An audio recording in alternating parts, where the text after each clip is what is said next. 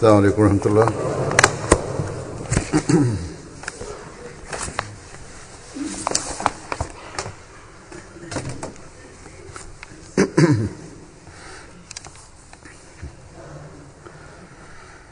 أشهد أن لا إله إلا الله وحده لا شريك له وأشهد أن محمدا عبده ورسوله أما بعد فأعوذ بالله من الشيطان الرجيم بسم الله الرحمن الرحيم الحمد لله رب العالمين الرحمن الرحيم مالك يوم الدين إياك نعبد وإياك نستعين اهدنا الصراط المستقيم صراط الذين أنعمت عليهم غير المغضوب عليهم ولا الضالين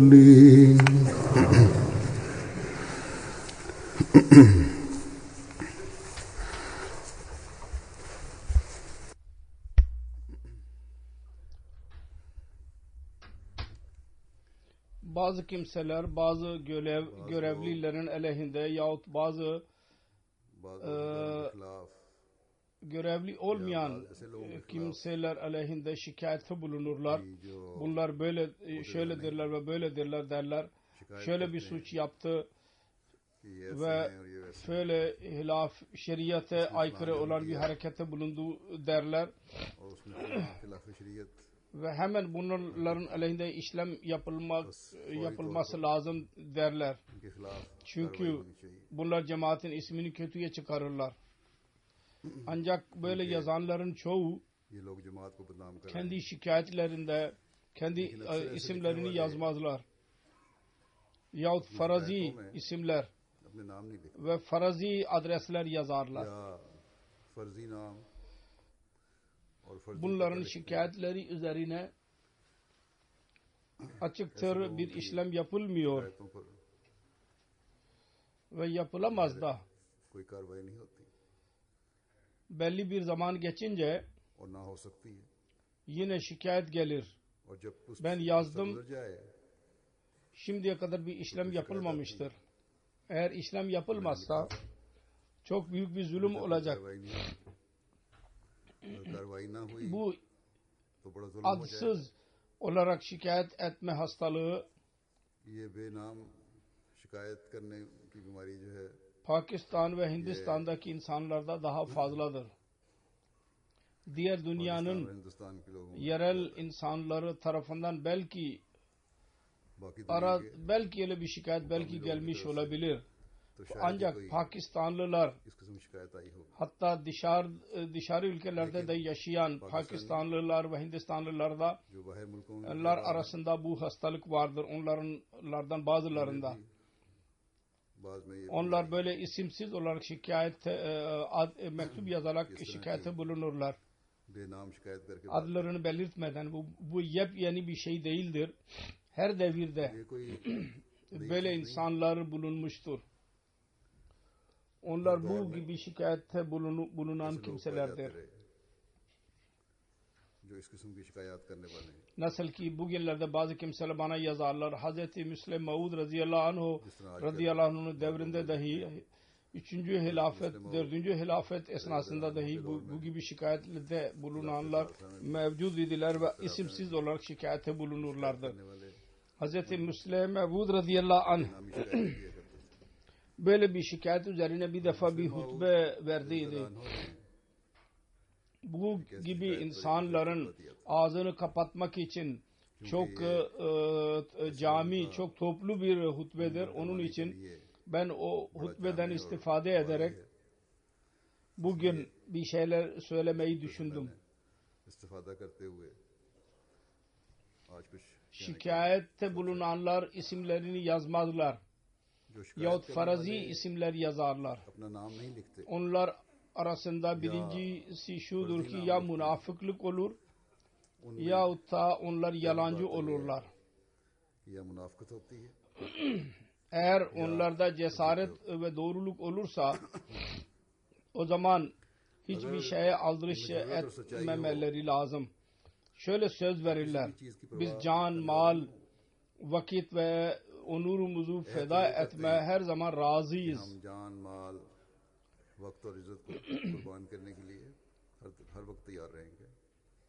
Buradaki muamele onların düşüncesine göre cemaatin onuru meselesi söz konusu olunca kendi adlarını gizlemeye başlarlar ki onların vekarları ve onurları zedelenmesin. Onun için her kim başlangıçta zaaf gösterdiyse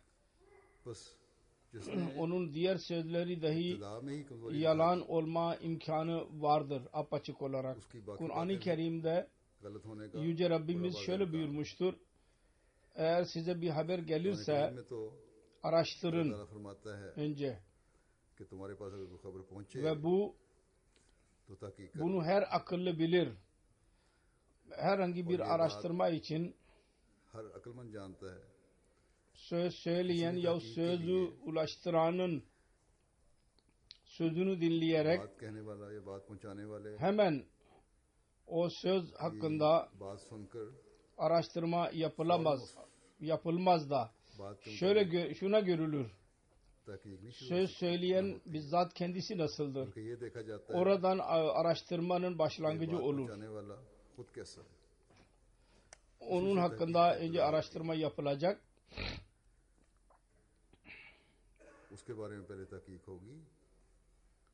Acaba o şikayete bulunan her çeşit pisliklerden arınmış mıdır? Hiçbir kötülük bulunmuyor mu? İmanı zayıf mı? Değil mi? Öyle olmasın ki kendi imanı zayıf olsun ve diğerleri suçlayan olsun. Bu böyledir ve şöyledir ve böyledir. Genellikle görülmüştür. Diğerler aleyhinde korkunç suçlama yapanlar, ister görevli olsun ister olmasın, onları suçlayanlar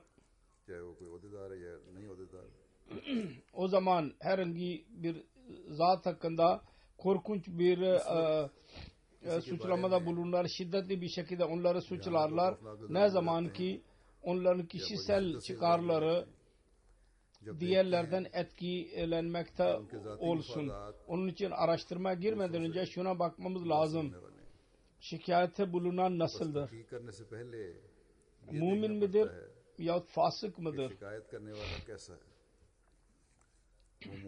Şikayet edenin bilgisi yoktur. O zaman şöyle bulunamaz ki hangi zümreye girer o? Evet, mümkündür ki eğer yazan öyle bir şey yazarsa ki cemaatin çıkarlarını zedeleyen olsun, o zaman kişisel olarak biz araştırmada bulunuruz. Aynı şekilde eğer şunu dahi bilirsek ki şikayete bulunan kimdir, o zaman söylediğim gibi önce onun kendi karakterleri hakkında araştırma yapılacak. Aynı şekilde onun söylediği sözlerin doğruluğu hakkında dahi araştırma yapılacaktır ki bilinsin doğru mu söylüyor yahut yanlış mı söylüyor. Hz. Müslim Mevd radıyallahu anh der ki Kur'an-ı Kerim'in talimatı şudur: Yüce Rabbimiz Kur'an-ı Kerim'de şöyle buyurmuştur: İn ca'akum fasikun bin naba'in fatabayyanu. eğer size bir fasık şikayet getirirse ve başkası aleyhinde kötü bir söz söylüyorsa onu araştırın. Sonra ondan sonra bir işlem yapın. Ancak şikayet edenler isimlerini yazmayarak kendileri suçlu oluyorlar. Şunu dahi diyorlar ki onların sözü aynen kabul edilsin yazdıkları gibi. Ve kimin aleyhinde şikayet varsa hemen onun için ceza ona verilsin. Ceza kararı verilsin. Hz. Müslim Mevud radıyallahu anh der ki fasıkın anlamı yalnız pislik işleyen değil. Bunda şüphe yoktur ki Arapçada kötü iş yapana da fasık denilir. Fakat lügat bakımından fasık aşırı giden, öfkeli olan, her kavgaya daima hazır olana için derler. Sonra fısk demek itaat dışına çıkmak dahi demektir. İtaat dışına çıkana fasık denilir. Fasık demen yardımlaşmayan, kavga eden ve yardımlaşmayan. Fasık demek insanların küçük küçük zaaflarını görerek onları abartarak insanların önüne sürüyor. Sonra zanneder ki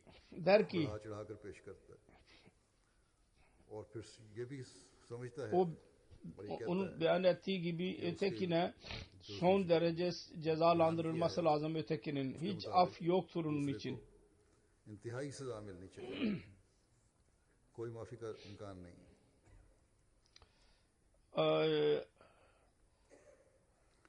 Mizacı öfkeli olana dahi fasık deniliyor. Hz. Müslim Mevud radıyallahu anh bir Ahmedi zat hakkında diyor ki ihlas sahibi bir Ahmediydi. İhlas bakımından hiçbir şüphe yoktur. Ancak küçük bir şey üzerinde son fetva vermeye alışık idi. Diyor ki Müslim Mevud radıyallahu anh ona tabiatında bu hastalık vardı. En küçük şeyleri ele alarak kafirlikten öte durmazdı. Bir şeyi yakalar ve hemen kafirlik fetvası verir.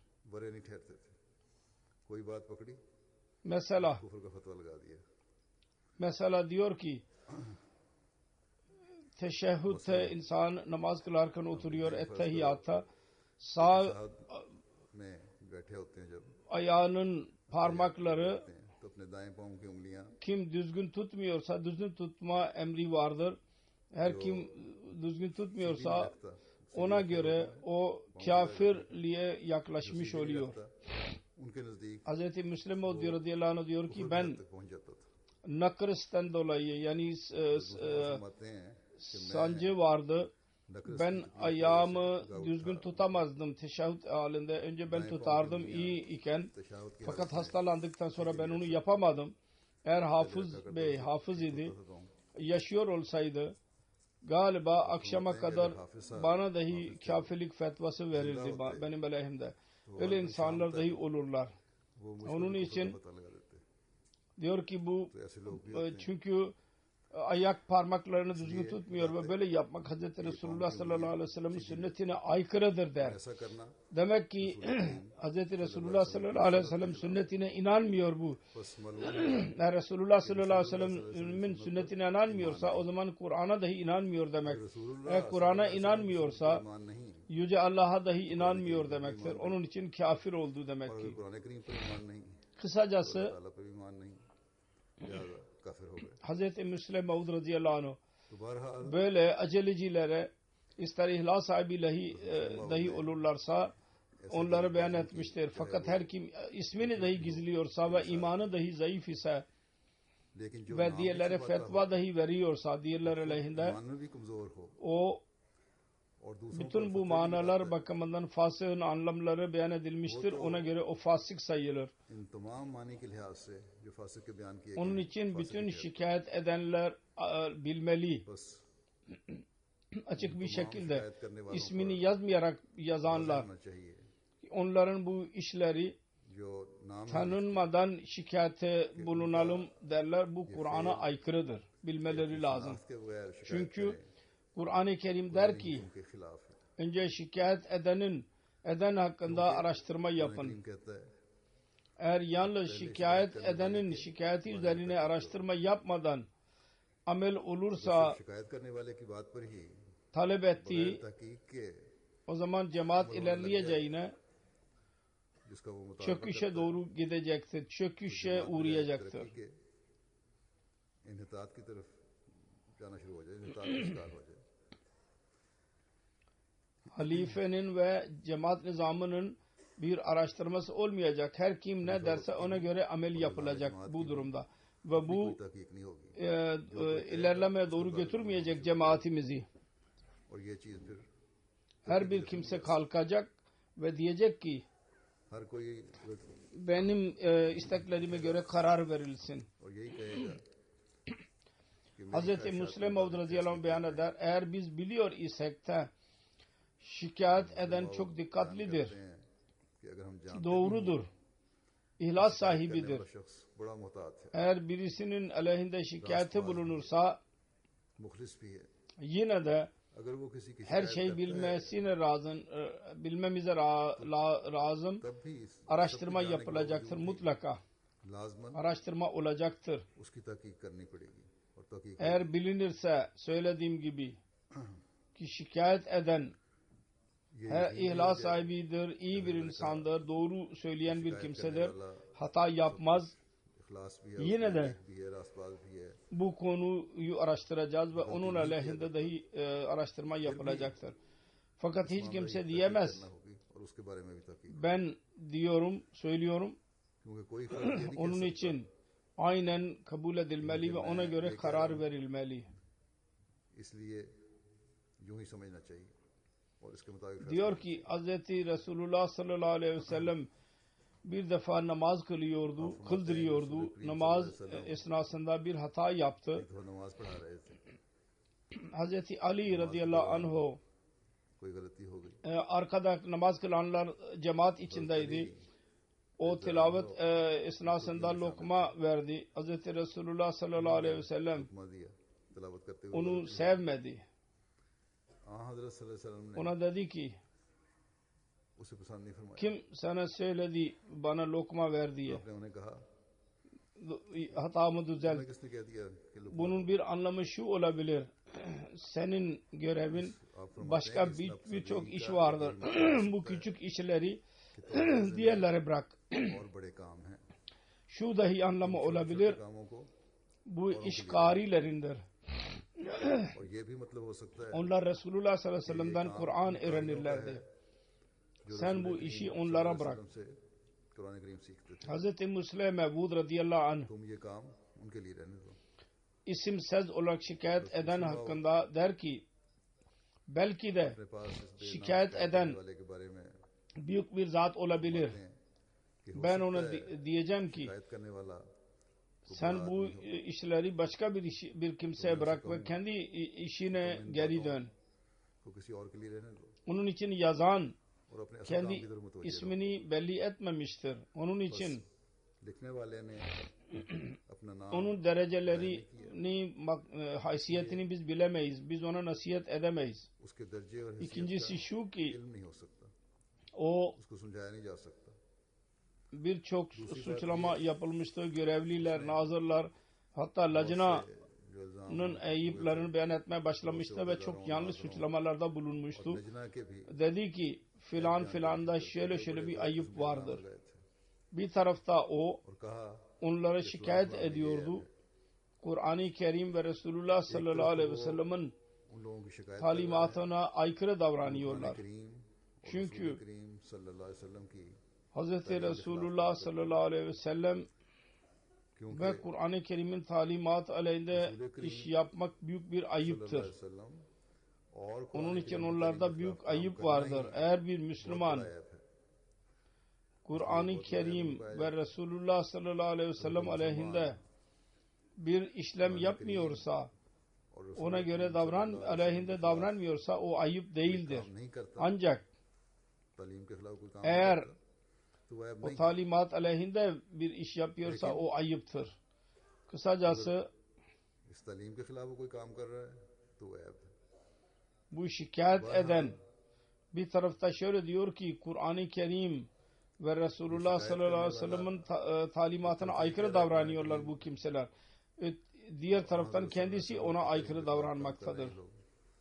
दूसरी तरफ खुद O şikayet इसके खिलाफ जाता है। ve onun ispatının şartlarını उसने शिकायत के tamamlamıyor शिकायत और उसके ve सबूत की जो शराइत çoğu रखी bunu है, yapıyorlar. Bana dahi yazıyorlar.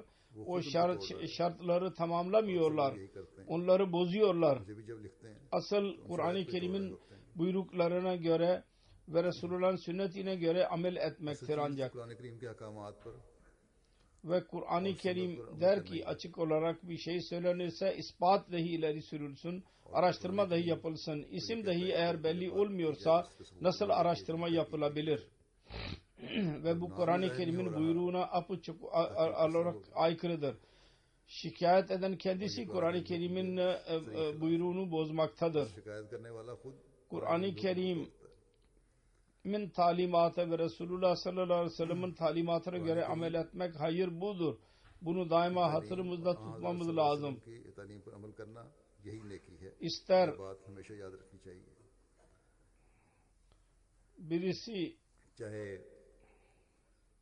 किसी को kişisel olarak की yahut toplumun etkisi altında bir şey hoşuna gitmiyorsa ancak eğer Kur'an-ı Kerim'in talimatına göre कोई बात yahut Hz. Resulullah sallallahu aleyhi ve sellem'in sünnetine göre o doğru ise o zaman o doğrudur ve onda bir ayıp yoktur. वसल्लम की सुन्नत के मुताबिक वो सही है तो वो सही है। Bazı kimseler kendi tabiat ve geleneklerinden etkilenerek bazı konularda अपनी तबीयत aşırı giderler. और रस्म व रिवाज से मुतासिर होकर Ancak बाज़ मामलात में सख्ती दिखाती onların sözleri velev ki din लेकिन hakkında da olursa onların bir manası yoktur. बातें चाहे वो उनके नाम पर ही हों, Bunu izah ederken Hz. Müslim Mevud radıyallahu anh Mesih Maud aleyhissalatü vesselam'ın bir olayından bahsediyor. मुस्लिम और Bir defa वाक़या बयान करते daha हैं। önce de beyan edilmiştir bu olay. Bu detaylı olarak ben şimdi beyan ediyorum. Bir defa Hz. Müslim Mevud, Hz. Mesih Maud aleyhissalatü vesselam Hz. Ummul Muminin ile birlikte istasyondaydı, Lahor istasyonunda. O günlerde tesettür anlamı çok sert idi. Çok sert tesettür olurdu.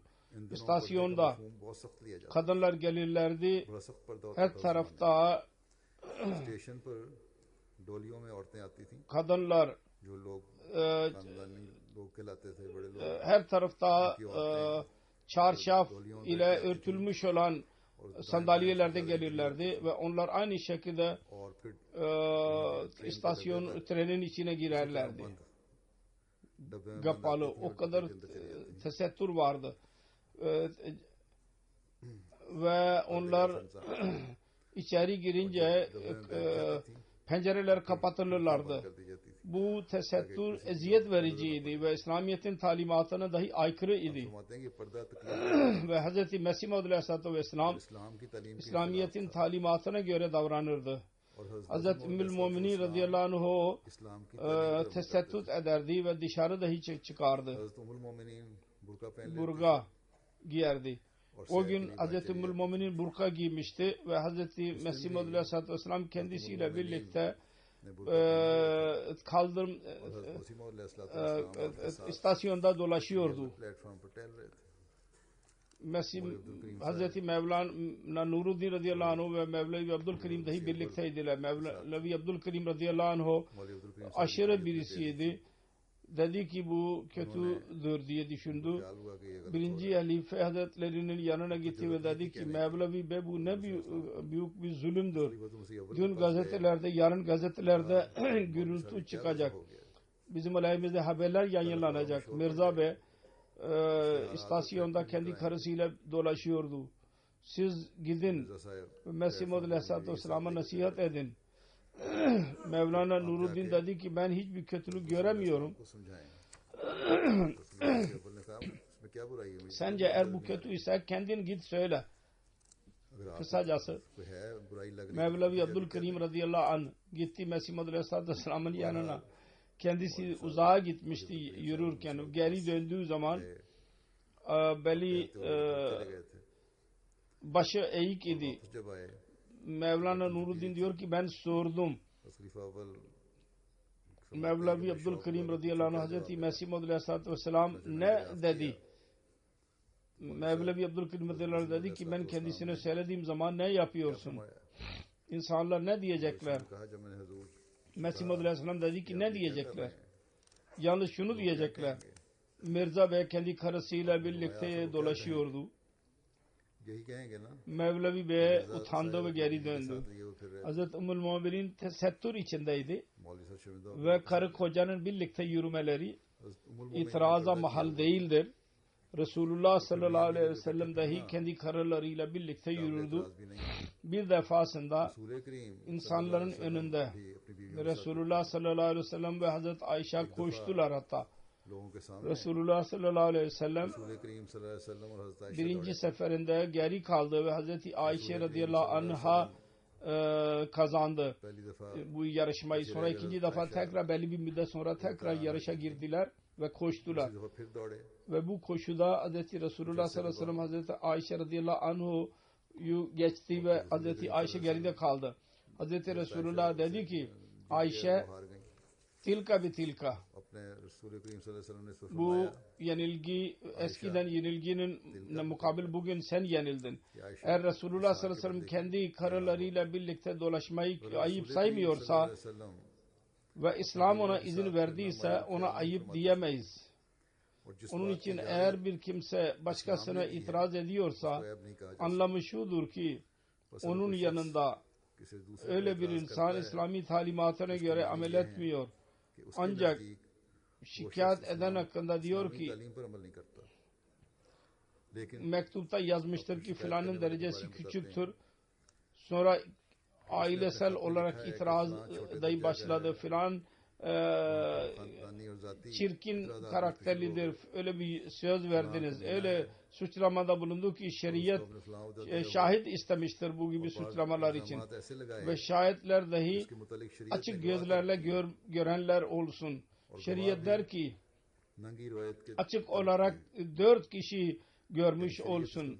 O zaman insan şikayete bulunabilir. Bazı kimseler boşu boşuna başkasıyla ilişki olduğunu ileri sürerler. Karı koca, kız erkek hakkında suçlama suçluyorsanız o zaman 4 şahit lazım. Hz. Müslim diyor ki çok tuhaftır. Dinin hamiyeti öyle bir insanda vardır ki bizzat Kur'an-ı Kerim'in talimatına aleyhinde amel ediyor. Ve diğerleri öyle suçluyor ki nasıl Kur'an-ı Kerim onu yasak etmiştir. Yalnız yasak etmekle kalmayıp onlara hatta ceza beyan etmiştir. Had. Yani birisi kötü suçlamada bulunana 80 kırbaç vurun. Sanki şeriat öyle bir şiddetli emir vermiştir. Onu dahi bozuyor öyle birisi. Ve diyor ki bu filan Kur'an-ı Kerim'in talimatı aleyhinde davranıyor. Halbuki o bizzat kendisi Kur'an'a aleyhinde davranıyor. Kur'an'ın aleyhinde. Bakın şikayet edenin durumu ne oldu? Önce kendi ismini belli etmedi. Sonra delil gerekliydi. Onu göstermedi. Şeriatın ben dahi boş değilim. Hz. Mesih Maud Aleyhisselam dahi şeriat dışından hür değil. Resulullah bizzat kendisi de şeriate bağlıydı.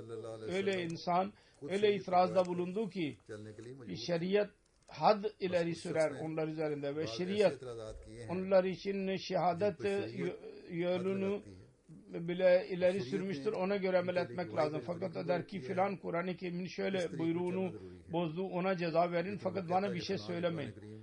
Ben Müslim radıyallahu diyor ki bir latife hazırladım. Ben hatırladım. Ben gülüyorum hala hatırladığım zaman. Ben 5. yahut 6. sınıftaydım. Bizim hocamızın bir emri vardı. Onun sorusunun cevabı तो हमारे उस्ताद bir öğrenci tam zamanında verirse o सवाल का puan alacak. जवाब जो तालिब इल्म वक्त में Biz ayaktaydık. Hoca sordu. वो ऊपर के नंबर में आ जाएगा. Bir çocuk cevap verdi. हम खड़े थे. Öteki el uzatarak dedi ki hocam एक bu लड़के ने cevap doğru उसका değil. जवाब दिया. Hoca उसने हाथ birinci बढ़ाकर oğluna कहा, dedi ki "master ji, sen aşağı in. जवाब गलत है." Öteki dedi ki sen master yukarı साहब ने çık. पहले लड़के से कहा, Aşağı iner "नीचे आ inmez जाओ." और दूसरे को कहा, daha "तुम önce नीचे चले üst जाओ." kademedeydi. Dedi नीचे ki आते ही उस hocam लड़के ने जो पहले bu ऊपर के नंबर पे था benim hatamı çıkarken कहा कि मास्टर साहब yanlış kelimeyi इसने मेरी doğru telaffuz etmemiştir. गलत लफ्ज Galt demiştir, galat demesi lazım Arapçada. गलत है. Onu yine aşağı indirdi ve kendisini yükseltti फिर उसे hoca. सही जगह पर खड़ा कर दिया. Bazı itiraz edenlerin durumu dahi aynen böyle olur.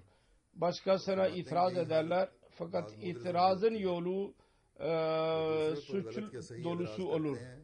Mücrimane olur. इसका तरीका Ve मुजरिमाना ona ceza verdirirken kendileri cezayı çekerler. Sonra derler ki सलाह दिलाते दिलाते suçluyu kimse cezalandırmıyor. Her kim dikkat ettiriyorsa ona ceza veriyorlar. Halbuki ceza verenler ne yapsınlar? जो तवज्जो दिलाता है Onlar dahi şeriatin emri altındadırlar. Eğer Kur'an-ı Kerim'in emrini uygulamak istiyorsanız kendiniz üzerinde de Allah-u Teala'nın emrini uygulayın. की हुकूमत को कायम करना Eğer चाहते हो istiyorsanız तो अपने पर भी ki खुदा diğerlerin ताला की हुकूमत को कायम aleyhinde Allah-u Teala'nın buyrukluğu yürürsün. Fakat sizin aleyhinizde olmasın. तो Bu खुदा doğru ताला की değildir. हुकूमत कायम हो. और तुम Ben पर खुदा şikayet ताला की हुकूमत edenlere कायम ना diyorum हो, ki तो ये दुरुस्त Ayaz kadri hud beşenas. Ayaz मैं शिकायत करने sen वालों को kendi कहता हूं değerini, haysiyetini bil, Ayaz onu kadri hatırında tut. खुद बेशनास Onu tanı. कि अयाज तुम अपनी कदर और अपनी हैसियत को पहले याद İsim रखो. gizleyen, kendi isimlerini gizleyerek diğerleri suçluyorlar. नाम छुपाने वाले अपना नाम छुपाकर दूसरों पर इल्जाम लगाते हैं. Ki onların bir haysiyetleri yoktur. Ve bu suçlamalarda ileride sürdükleri delil ki filan हैसियत नहीं है filan ailedendir, düşük aileden, filanın durumu yoktur कि फलां तो toplumda. फलां खानदान Ve का bu है, suçlamaların फलां hiçbir हैसियत anlamı नहीं है, olmuyor. Ve suçlayanlarınlar bizzat kendileri haysiyetsiz kimseler olurlar. और इल्जाम लगाने वाले खुद Biz असल में बेहसियत लोग होते Allah-u Teala'nın buyruklarına göre amel etmeliyiz ve Allah'tır bizim Rabbimiz हैं. olan. तो Her bir insanın Rabbidir o. Rızık verir, और अल्लाह ताला ही है yetiştirir, जो हमारा besler. रब भी है और हर एक का रब है. Biz Allah-u Teala'dan her şeyi alıyorsak o zaman Allah-u Teala'nın sözüne göre davranılacak. Bu suçlayanların sözüne göre davranılmayacak. ताला की मानी जाएगी. Söylediğim gibi onlar isterler ki şikayete bulunanlar जैसे कि मैंने कहा ki diğerlere şeriyete göre ceza verilsin लोग शिकायत ve kendilerini şeriat buyruklarının dışarına atarlar ve kendilerini arınmış sayarlar. Kendileri karar verici olurlar. Munsif. खुद ही Böyle kimselere ve bunların sözü öne çıkarsa o zaman onlara göre şeriate göre ceza verilecek. बात सामने आएगी खुलेगी तो फिर उनको भी शरीयत के मुताबिक सजा मिलेगी. Bazı durumlar vardır ki orada şahitler gereklidir. Eğer şahit ileri sürülmüyorsa बात बातें ऐसी हैं o zaman onun hiçbir anlamı yoktur. अगर गवाह पेश नहीं हुए Ve şeriyete göre, Kur'an'a göre o karar verilecek. और बहरहाल उसके शरीयत के Bazen मुताबिक फिर कुरान के मुताबिक फिर उसको şöyle denilir ki Allah adına yemin etti ve kendisini kurtardı. Hz. Resulullah sallallahu aleyhi ve sellem'in yanına bir defa ile böyle bir muamele geldi. İki kavgacı geldi Resulullah'ın yanına. जब एक दफा ऐसा मामला Hz. आया Resulullah sallallahu aleyhi ve sellem dedi ki Allah-u Teala'nın buyruğuna göre aranızdan birisi yemin edecek. Öteki dedi ki bu yalancıdır. हुक्म के मुताबिक 100 defa yalan yemin edecek. दूसरे ने कहा ये तो झूठा शख्स है, Resulullah sallallahu aleyhi ve sellem dedi ये तो 100 ki कस्में भी खा लेगा. ben Allah-u Teala'nın buyruğuna göre karar vermeliyim. Eğer yalan yemin ediyorsa Allah ile muameledir. O kendisi ceza verecek ona. तो इसका मामला फिर Demek खुदा ki ताला के साथ ebedi olarak hatırımızda tutmamız lazım bunu. Hiçbir insanın şikayeti üzerine ये हमेशा karar याद रखना चाहिए. yalnız onun söylediği usule göre verilmeyecek. फैसला Şikayet üzerindeki karar Allah-u Teala'nın buyruğuna göre karar verilecek. शिकायत पर फैसला Nerede iki şahit gerekliyse orada iki şahit ileri sürülecek. 4 şahit gerekiyorsa orada 4 şahit ileri sürülmesi lazım पेश करने olacak. जहाँ 4 गवाहों की जरूरत है वहाँ 4 गवाह पेश करने होंगे. Ve ona göre araştırma dahi yapılacak ve karar verilecek. और Bizim başarımız yanlış şundadır. तहकीक भी होगी और फैसला भी. Biz Allah-u Teala'nın buyruklarına göre हमारी कामयाबी kendi muamelelerimizi ve kararlarımızı yapanlar olalım. खुदा ताला के हुक्म के मुताबिक अपने मामलात और फैसले करने वाले बने Ve kişisel और अपनी bencillikleri ve जाती bunları temel tutarak görevlileri zorlamayalım, halifeyi zorlamayalım ki buna göre karar verilsin. मजबूर करने वाले या खलीफा Yüce करने Rabbimiz वाले ना हों कि şikayet edenlere dahi akıl versin. Onlar eğer doğru sayıyorlarsa açık olarak करने वालों को भी अकल दे. delillerle birlikte अगर सही समझते हैं şikayet etsinler, isimler dahi yazsınlar दूतों के साथ ve ondan sonra araştırmada dahi ortak olsunlar. शिकायत Aynı करें, şekilde नाम पता भी हो और फिर तहकीकात में वो भी शामिल होंगे. insanlar görüyorlar. Gerçekten cemaat nizamında bir rahne vardır. ये हकीकत O में zaman जमाती cesaretli bir şekilde öne çıkmaları lazım ve şikayete bulunmaları lazım ve her şeyi göğüs germeleri lazım. Yüce Rabbimiz शिकायत करनी चाहिए और हर चीज का फिर मुकाबला cemaat nizamını dahi akıl versin, ताला güç versin ki halifeye göre karar veren için görevlendirilenler karar verdikleri zaman insafın her yönünü gözlerinin önünde bulundurarak ve Allah-u Teala'nın buyruklarına göre amel ederek Resulullah'ın sünnetine göre karar verenler olsunlar. अल्लाह ताला के हुक्म पर चलते Amin. हुए सुन्नत के मुताबिक फैसले करते Namazlardan sonra ben kayıp cenazeyi kıldıracağım. Birinci cenaze नमाजों के बाद bir şehidin cenazesidir. जनाजा गायब भी पढ़ाऊंगा. पहला जनाजा तो Sayın Şeyh Sacid Mahmud का जनाजा है. Şeyh Mecid Ahmet'in oğlu Sheikh 55 yaşındaydı. मुकर्रम शेख मजीद अहमद साहब जो 55 साल जिनकी उम्र थी. Gulzar-ı Hicri Karachi şehrinde yaşıyordu.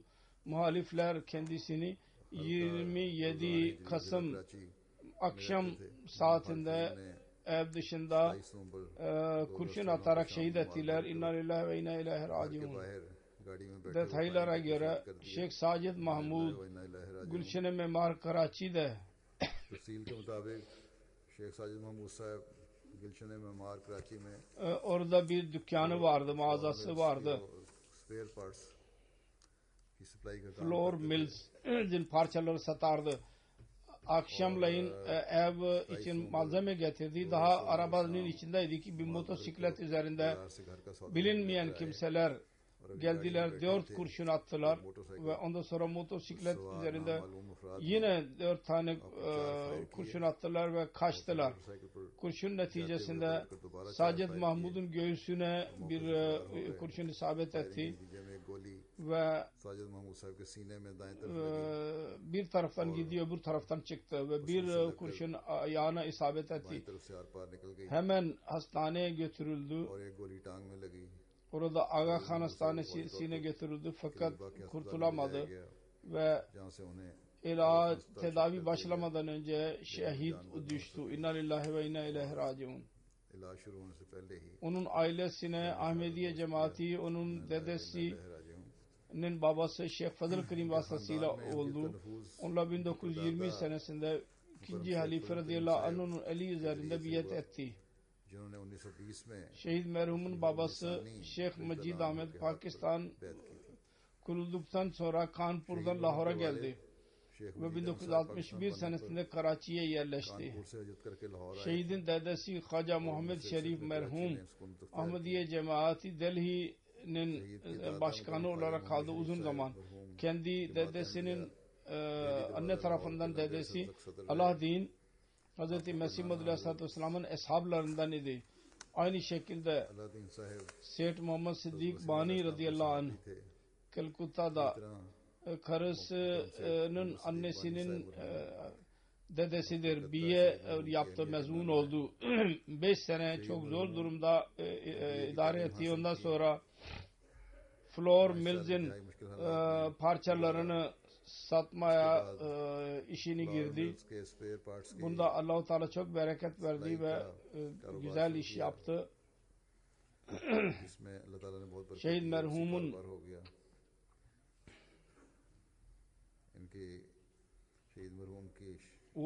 oğlu Haris Mahmud Naib Meclis'tir. Gülşen İkbal Karachi'nin vesaya sekreteridir. Oğlu dahi tahsilden sonra babasıyla birlikte işe girdi. Şehit merhum birçok iyiliğe sahibidir. Aynı şekilde kızı dahi Sana Mübeşşira Karachi'de tahsil görmektedir. Ve burs altı için Amerika'ya gitmek için burs dahi aldı. Oradan bir kursa girdi. Merhum hilafeti çok seven ve bağlı olan bir zat idi. Evladını dahi hilafete ve nizam cemaatine bağlı kalmalarına nasihat etti. Çandalara katılırdı çok fazla ve oğluna dahi nasihat ederdi. Daima çandalar bakımından fikir de elerdi. Çanda için dükkanında bir ayrı bir kutu vardı. Orada çanda parasını atardı kutunun içine. Çok doğru bir insan. Affeden, karı, kız kardeş, erkek kardeşlerine iyi muamelede yapan ve hiç kimseyle öfkelenmeyen, merhum iyi düşünceleri sahip bir kimseydi. Akrabalıklara çok önem verirdi. Şehit merhum kendi iki dükkanının ismini dahi merhum babası ve dedesi kayınpederi adına koydu. Karısıyla muamelesi güzeldi. Dostlarına karşı iyi muamele yapardı. Tabiatında kin asla yoktu. Düşmanlık yoktu. Yazanlar yazdılar. Hepsinin özeti şudur. Benim söylediğim ve açık olarak beyan ettim. Şehidin vasıflarını beyan ettim.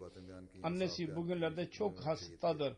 Hastalığından dolayı oğlunun şehadeti yakında anlatmak zor oldu. Fakat o bunu öğrendiği zaman oğlunun ölüsünü gördü ve dedi ki benim oğlum şehittir. Hiç kimse ağlamayacak. Ve bu cümleyi kaç defa tekrarladı. Karısı himmet ile buna göğüs gerdiler ve sabır gösterdiler. Oğlu diyor ki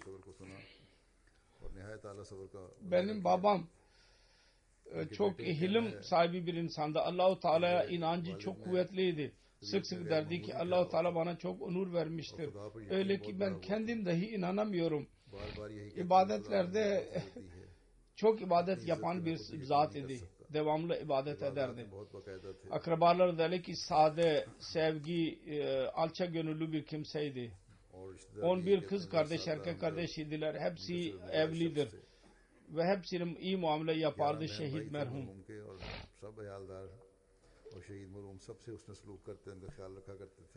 Sakır'da cemaat bakımından durum kötülendi ve orada şehit oldu. Birkaç defa, birkaç gün giderek orada görevde bulunurdu şehit merhum. Onun kızı diyor ki vefatından sonra ben rüya gördüm. Büyük bir bahçe vardır. Orada nur yüzlü insanlar vardır. Hepsi beyaz elbiselidirler. Babam dahi oradadır. Büyük yeri vardır. Herkes babamı sarmışlardır ve mutludurlar. Ve babam orada mutludur. Kafile şeklinde hepsi birlikte yürürler. Ve babasını görerek herkes mutlu oluyor. Şehit merhumun annesi çok zayıftır. Söylediğim gibi yürüyemiyor. Şehadetten sonra rüya gördü. Şehit merhum annesine dedi ki ben burada çok mutluyum ve teselli içindeyim. Benim bakımdan siz asla huzursuz olmayın. Annesi, karısı Mansura Yasmin, oğul Şeyh Haris Mahmud ve kızı Sana Mübeşşira dışında 4 kardeş erkek ve 6 kız kardeş bırakmıştır. Allah-u Teala şehidin derecelerini yükseltsin ve onun evladını dahi onun karakterini benimselerini nasip eylesin. Amin. और इनकी औलाद को भी इनके नक्शे कदम पर चलने की तौफीक अता फरमाए.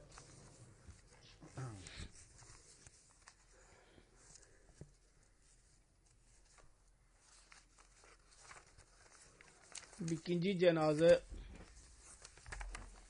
Şeyh Abdülkadir Bey, Şeyh Abdülkerim'in oğluydu. मुकर्रम शेख Kadiyan'ın dervişlerindendi. 26 Kasım 2016 sonunda kalp krizi geçirerek vefat etti. 92 yaşında. İnna lillahi ve inna ileyhi raciun. Kendi ailesine Ahmedi Hazret Abdullah Senori Mesih Muhammed Aleyhisselam'ın eshablarından bir zat vasıtasıyla geldi.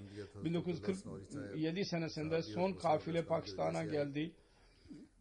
Kendisi hasta annesini getirerek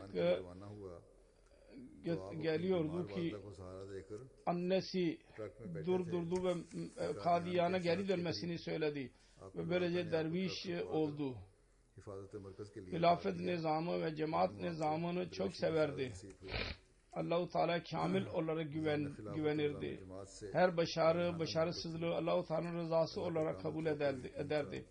Karısı ve çocuklarına iyi muamele yapardı daima. Son ömrüne kadar kendi işini kendi eliyle yapardı. Sadr-ı Ahmediye bürolarında, değişik sigalarında, şubelerinde görev yaptı. Kendi oğlu anlattı. Jalsa Salana'dan dolayı kendi evinde temizlik yapmak istiyordu. Dedi ki benim zamanım yakındır. Filan insandan 500 rupi ben aldım, onu geri vermeliyim. Aynı şekilde bütün hesabını söyledi ve belli bir zaman içinde vefat etti. İnna lillahi ve inna ileyhi raciun.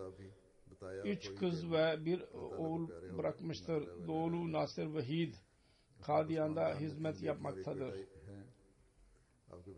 3. cenaze Tanvir Ahmed Lon Nasrabad Kaşmir'den. तीसरा जनाजा है तनवीर अहमद लोन साहब नासराबाद कश्मीर का. 25 Kasım günü polis içindeydi. Görev yaparken Kolgam ilinde bilinmeyen kimselerin kurşun atmaları neticesinde vefat etti.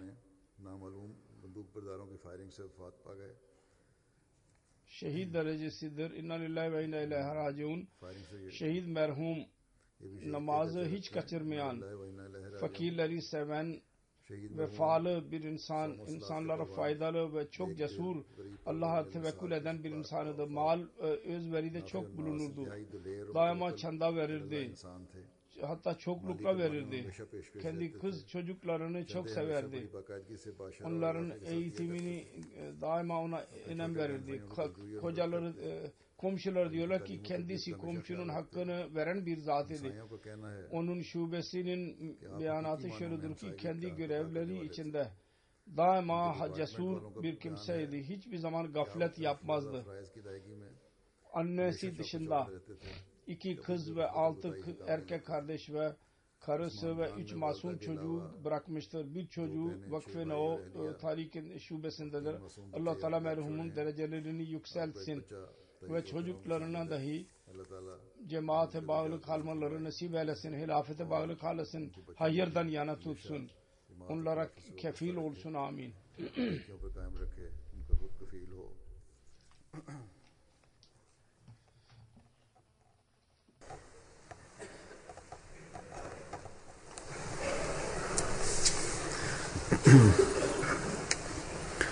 Elhamdülillah nahmaduhu ve nesta'inuhu ve nestağfiruhu ve nu'minu bihi ve netevekkalu aleyh ve na'udzu billahi min şururi enfusina ve min seyyiati a'malina. من يهده الله فلا مضل له ومن يضلل فلا هادي له ونشهد أن لا إله إلا الله ونشهد أن محمدا عبده ورسوله عباد الله رحمكم الله إن الله يأمر بالعدل والإحسان وإيتاء ذي القربى وينهى عن الفحشاء والمنكر والبغي يعظكم لعلكم تذكرون اذكروا الله يذكركم وادعوه يستجب لكم ولذكر الله أكبر.